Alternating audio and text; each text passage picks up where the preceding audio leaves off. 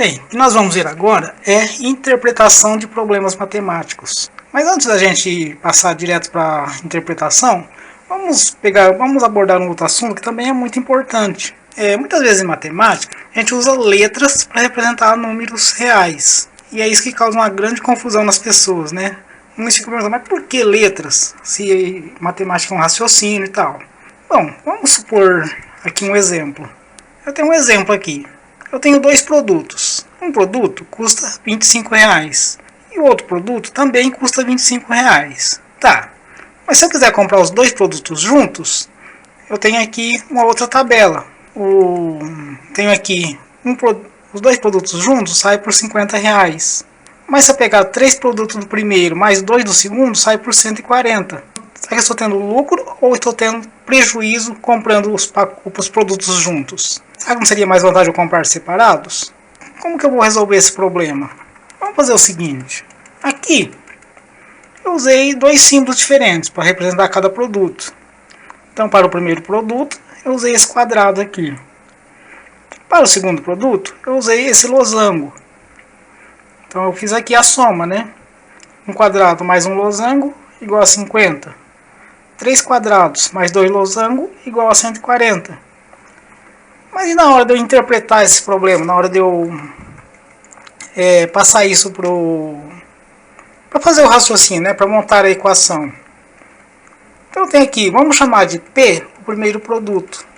E vamos chamar de Q o segundo produto. Aí então eu posso montar a equação. P mais Q é igual a 50. Ou seja, P é igual a 50 menos Q. A segunda equação eu tenho que 3P mais 2Q é igual a 140. Aqui então eu vou substituir que 3 vezes o P. Quem que é o P? É 50 menos Q. Está aqui. Mais 2Q igual a 140. Então está aqui. Resolvendo esta equação aqui, eu vou ter que 2Q menos 3Q é igual a 140 menos 150. Então eu tenho que menos Q é igual a 10. Então isso me diz que Q é igual a 10.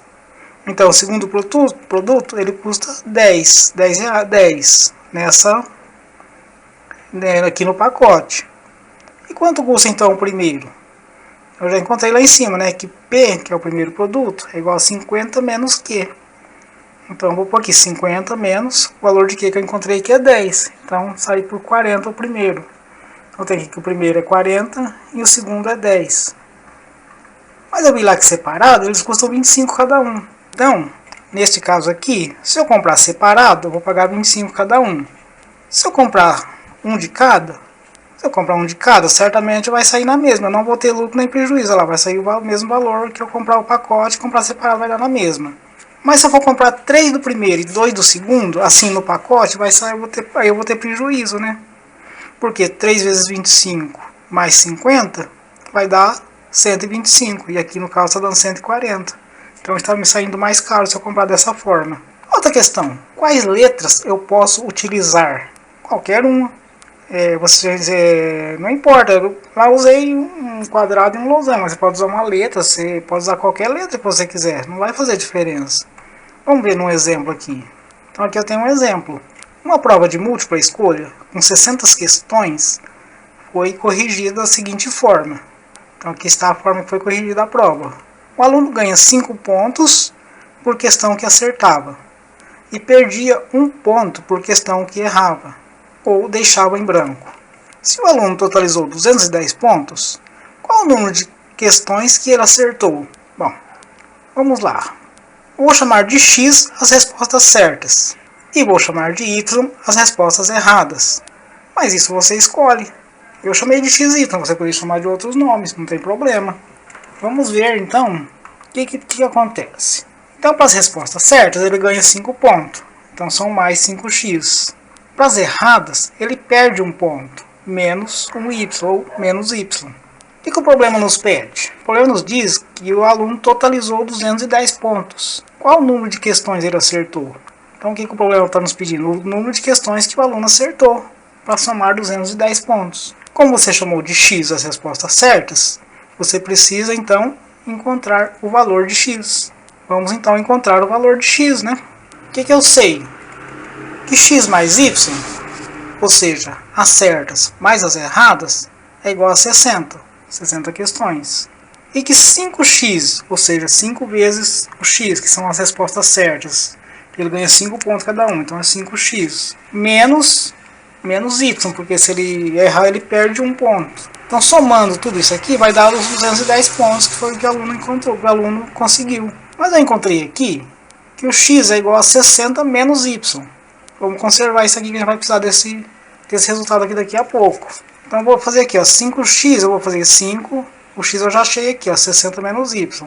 Então, 5 vezes 60 menos y, menos esse y aqui, ó, menos y, é igual a 210. Resolvendo esta equação, o que nós temos? 5 vezes 60 são 300, está aqui. 5 vezes menos y, 5 vezes menos y, menos 5y. Menos 5y somado com menos y dá menos 6y. Então tudo isso aqui é igual a 210. Como nós já vimos, né, eu pego esse 300 e passo ele para o outro lado. Ou seja, eu subtraí 300 de cada lado. Então o que me restou? Menos 6y é igual a 210 menos 300y. Mais uma vez eu vou fazer a mesma operação. Vou dividir os dois lados por menos 6. Então, menos 90 dividido por menos 6. Então, eu achei que y é igual a 15. O que isso está me dizendo? Que ele perdeu 15 pontos. Mas não é isso que o problema está pedindo. O problema é saber quantas questões ele acertou. Então, diz que ele errou 15. Aqui já daria para mim encontrar o valor de quantas ele acertou, né? Porque se ele errou 15 e o total era 60, então automaticamente eu já sei que ele acertou 45. Mas vamos fazer a conta para ver se é verdade isso, né? X é igual a 60 menos y. Então, x é igual a 60 menos o valor de y, que é 15. Então, tá aí, x é igual a 45. O que isso nos diz? Que ele acertou 45 questões. De fato, né? Podemos fazer a conta para saber se realmente está certo o que nós encontramos. 45 vezes 5, que cada resposta certa vale 5, são 225, que seria o total de pontos que ele deveria ter ganhado. Mas como ele errou 15, ele perdeu 15 pontos, que são as 15 respostas erradas. Então, tá aqui. Então, realmente, de fato, ele acertou 45. Porque 45 mais 15 são 60. Então, está aí. Então, o problema está certo. Mas, e se eu quisesse chamar de C a resposta certa e E as respostas erradas? Será que daria algum problema? Vamos ver o que aconteceria. As respostas certas ganham 5 pontos, então são 5C. As erradas perde 1 ponto, menos E, que são as erradas. Como você chamou de C as respostas certas, você precisa encontrar o valor de C. Vamos encontrar o valor de C. Aqui a mesma equação que eu resolvi antes. C mais E igual a 60, então C igual a 60 menos E. 5 vezes C menos E igual a 210. Então 5 vezes o C, que é 60 menos E, está aqui igual a 210. 5 vezes 60, 300, menos 5 vezes E, 5 vezes menos E, menos 5E, somado com menos E dá menos 6E. Então 300 menos 6E é 210. Então eu tenho aqui menos 6E é igual a 210 menos 300. Então E é igual a menos 90 dividido por menos 6. Então as erradas são 15. Ele errou 15 questões. Como havíamos encontrado antes. Encontrando o valor de C, está aqui. C é igual a 60 menos E. Então C é igual a 60 menos 15. C é igual a 45. A mesma coisa que nós encontramos antes. O que mudou? Vamos pensar um pouco, né? O que foi que mudou de eu ter chamado de C e E em vez de eu ter chamado de X e Y? Mudou simplesmente o nome da variável. Olha lá, eu tinha chamado de X as respostas certas, tinha chamado de Y as respostas erradas. Agora eu fiz ao contrário, eu chamei de C as certas e de E as erradas. Mas nós vimos que o valor encontrado foi o mesmo. Então não faz diferença você mudar as letras. Usa a letra que você quiser, não tem problema nenhum.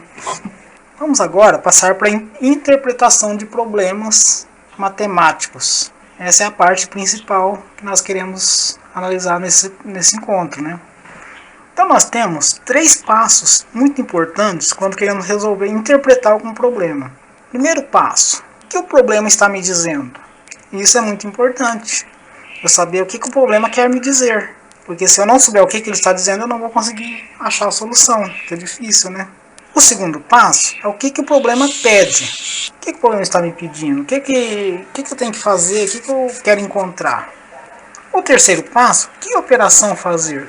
Nós vimos 4 operações básicas, né? A soma, que é a adição, que é a mesma coisa, a subtração, a multiplicação e a divisão. Então são 4 contas básicas da matemática. Vamos entender melhor esse assunto através de exemplos. Então tem aqui um exemplo que vai nos ajudar muito a gente entender essa questão de interpretação. Vamos lá. Em um depósito haviam várias caixas, todas de um mesmo tamanho. Se forem feitas pilhas contendo em cada uma delas 6, 8 ou 10 caixas, sempre sobrarão 3 caixas. O número mínimo de caixas neste depósito é... Bom, vamos entender uma coisa, né? Um depósito tem várias caixas. Uma informação importante, todas do mesmo tamanho. Outra informação importante, se fizer pilhas contendo 6, 8 ou 10 caixas, sempre sobrarão 3 caixas. Então ele quer saber o número mínimo de caixas que tem nesse depósito. Eu não sei quantas tem, sei que tem várias. Ele vai me dar as opções aqui. Temos aqui 5 opções. Vamos entender então o que o problema está nos dizendo, né? Tenho lá caixas. Se eu fizer pilhas com 10 caixas, não sei quantas pilhas vai dar. Vai dar várias pilhas e vão sobrar 3. Mas se eu fizer pilhas com 8, também vão dar várias pilhas e vão sobrar 3. Não sei quantas pilhas vão dar, mas vão sobrar 3. Se eu fizer pilhas com 6, vai acontecer a mesma coisa. Vai dar um tanto de pilhas e sobrar 3 caixas ainda. Então o que o problema está dizendo? Que é uma quantidade indefinida de caixas no depósito. O que ele está me pedindo? Qual é a quantidade mínima de caixas, tal que, fazendo estas pilhas, ainda sobram 3. E que operação que eu devo fazer? Como já vimos anteriormente, as 4 operações básicas, que são soma, subtração, divisão e multiplicação, são as que eu posso usar. Aí você vai ver qual dessas operações vai te ajudar a resolver essa questão. Mas como vimos antes aqui, ó, um ponto muito importante aqui que a gente tem que entender, que se eu fizer pilhas com 10 caixas, vai dar uma quantidade de pilhas sobre 3. Com 8 vai acontecer a mesma coisa. E com 6 também vai acontecer a mesma coisa, vai sobrar 3. O que isso está me dizendo? Que essa quantidade de caixas que tem nesse depósito tem que ser um número, um valor, que é divisível por 10, por 8 e por 6 ao mesmo tempo. Então, para essa questão, a gente podemos usar o raciocínio lógico, que vai ficar fácil resolver, é fácil resolver. Ó, vamos lá, vamos pensar. 99 não é divisível por 6, e não é divisível por 8 e nem por 10, então não serve. O 105 também não é divisível por 6, não é divisível por 8 e nem por 10, também não serve. O 117 não é divisível por 6 e nem pelos demais, também não serve. O 120 é divisível por 6, é por 10 e é por 8, mas não sobra 3. Portanto, das 5 alternativas, você já eliminou 4, que não serve. Portanto, a resposta certa é a única que sobrou, a alternativa A. Mas isso sempre é possível? Não, nem sempre é possível fazer desta forma. Então, o que fazer quando não der certo de eu fazer dessa maneira? Aí eu vou ter que fazer conta, né? Mas a gente vai ver depois, que é MMC, ou seja, mínimo múltiplo comum. Vamos ver mais exemplos? A tabela abaixo mostra a situação de 3 times de futebol durante um campeonato. Vamos ver a tabela. O time A marcou 15 gols, tem 15 gols marcados e sofreu alguma quantidade indefinida de gols, não sei quantos, sofreu X. Isso aqui ele perdeu, o saldo de gols igual a 8. O time B marcou 10 gols, perdeu 15, então o saldo de gols é Y. O time B, time C, né? O time C, eu não sei quantos gols ele marcou, mas eu sei que ele perdeu 7 e o saldo foi menos 3. Bom, aí ele vai me dar aqui a maneira que eu faço esse cálculo, né? O saldo de gols é calculado pelos gols marcados menos os gols sofridos. Bom, o valor de x, y e z da tabela são respectivamente, eu tenho 5 opções aqui. Vamos analisar as 5 opções. O primeiro, 15, foram os 15 que ele marcou, menos x, que é o tanto que ele perdeu, é igual a 8. Então, fazendo essa conta, eu vou ter que menos x é igual a 8 menos 15. Então, menos x é igual a menos 7. Eu multiplico por menos 1, então achei que x é igual a 7. O segundo, 10 que ele marcou, menos 15 que ele perdeu é igual a y. Então 10 menos 15 é igual a menos 5. Menos 5 é igual a y. Ou seja, y é igual a menos 5. Isso aqui já saiu direto, mais fácil, né? O terceiro, z, que eu não sei quantos ele marcou, chamei de z essa quantidade, menos o 7 que ele perdeu, deu o resultado menos 3. Fazendo a conta aqui, eu tenho que z é igual a 7 menos 3. Então z é igual a 4. Então a resposta é 7 menos 5 e 4. Vamos lá.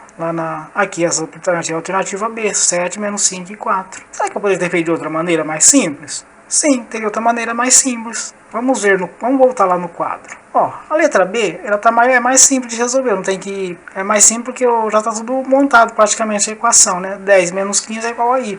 Logo eu já descubro aqui de cara que y é menos 5. Sabendo que y é menos 5, eu posso olhar aqui nas alternativas. Eu só tenho y valendo menos 5 na B e na D. Somente esses dois aqui eu tenho y valendo menos 5. Então eu já descarto 3 alternativas, ó. Só restaram 2.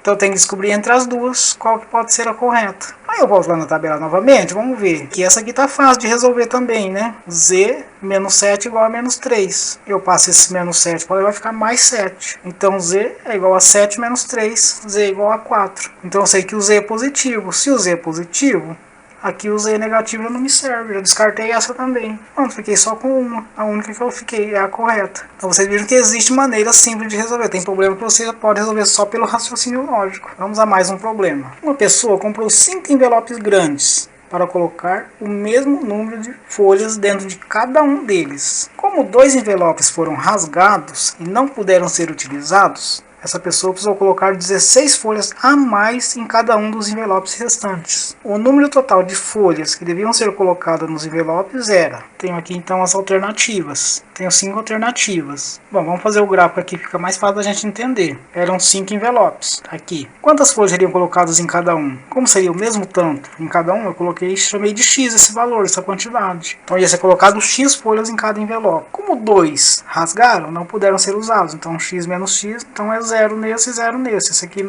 eu descartei eles. Aí eu peguei, então o que seria colocado nesses 2 envelopes, eu dividi em 3. Coloquei, e essa divisão deu 16 em cada um. Aqui eu tenho duas formas de pensar. Se o valor que ia ser colocado nesses 2 envelopes foi dividido por 3, o que eu posso fazer? Posso pegar esse 16, multiplicar por 3 e dividir por 2. Eu vou achar quanto seriam colocados em cada um desses. É uma alternativa. Outra alternativa, eu posso pensar assim também, ó. 3 vezes 16 mais x. O que é 3 vezes 16 mais x? São esses 3 envelopes que eu vou colocar a quantidade x mais 16. Foram acrescentados 16, que eu não sei quantos ia colocar. Então 3 vezes 16 mais x é igual a 5x. Ou seja, seria a mesma coisa que eu colocasse x em cada um dos 5 envelopes. É igual a 5x. Aí, resolvendo esta equação aqui, eu tenho 3 vezes 16 é 48, distributivo, como nós já vimos antes. E 3 vezes x é 3x, igual a 5x. Mais uma vez, aquela propriedade nós vimos lá, 48 mais 3x, eu vou deixar o x sozinho de um lado. Então eu vou subtrair 3x de cada lado. Então 48 é igual a 5x menos 3x. Eu encontrei então que 48 é igual a 2x. X é igual a 48 dividido por 2, então x é igual a 24. Então o que aconteceu? O que foi colocado em cada envelope? Tá lá, foi colocado x mais 16. E eu achei que x vale 24. 24 mais 16 são 40. Então foi colocado 40 folhas em cada um dos 3 envelopes. Logo a quantidade de folhas total foi 120 folhas. Vamos ver lá qual a resposta certa. A letra C, 120. Mais uma questão aqui. Essa aqui vai falar de média. A média das alturas de 3 amigos é 1,60 m. Se mais um amigo, que mede 1,80 m, entrar nesse grupo, a nova média das alturas será D. Eu tenho aqui as opções, 5 opções também. O que nós temos que entender aqui? O que é média? Média é a soma dos termos dividido pela quantidade de termos. Então, o que ele nos deu? A média das 3 alturas é 1,60 m. Eu posso pensar dessa forma aqui, ó. 3 vezes 1,60 dividido por 3 é a mesma coisa que 1,60. Isso aqui é muito importante porque então eu posso pensar nessa soma. 1,60 mais 1,60 1,60 mais 1,60. E dividir por 3 vai dar 1,60 a mesma coisa. Então eu não alterei nada. Como entrou mais uma pessoa que... interessante aqui, né? Vamos supor que essa pessoa que tivesse entrado também me disse 1,60. Não ia mudar nada. Ia continuar sendo 1,60 a média. Porque eu ia ter 4 vezes 1,60 dividido por 4. Então não ia alterar a média. Mas só que essa pessoa que entrou, ela é mais alta. A média 1,80. O que eu posso fazer? Pegar 1,60 mais 1,60 mais 1,60 mais 1,80. Somar esses 4 termos e dividir por 4. Então eu tenho aqui que 3 vezes 1,60 mais 1,80 é igual a 6,60. 6,60 dividido por 4 é igual a 1,65. Então a alternativa correta é a letra E, 1,65. Um outro problema. Um funcionário de uma loja percebeu que 8 caixas fechadas de canetas menos 50 canetas contém a mesma quantidade que 7 caixas fechadas mais 20 canetas. O número de canetas de uma caixa fechada tem aqui as opções. Bom, como que eu faço essa conta? Eu chamo de X a caixa fechada e chamo de Y as canetas avulsas. Podemos então concluir que 8x menos 50y é igual a 7x mais 20y. Deixando os x todos de um lado e os y todos do outro lado, então eu vou ter que 8x menos 7x é igual a 20y mais 50y. Logo, eu tenho que x é igual a 70y. Como eu chamei de x as caixas fechadas e de y as canetas avulsas, então cada caixa contém 70 canetas. Matemática sem fronteiras. A matemática não tem fronteiras. Os desafios também não, mas nosso esforço para ensinar supera qualquer barreira. Venha participar conosco.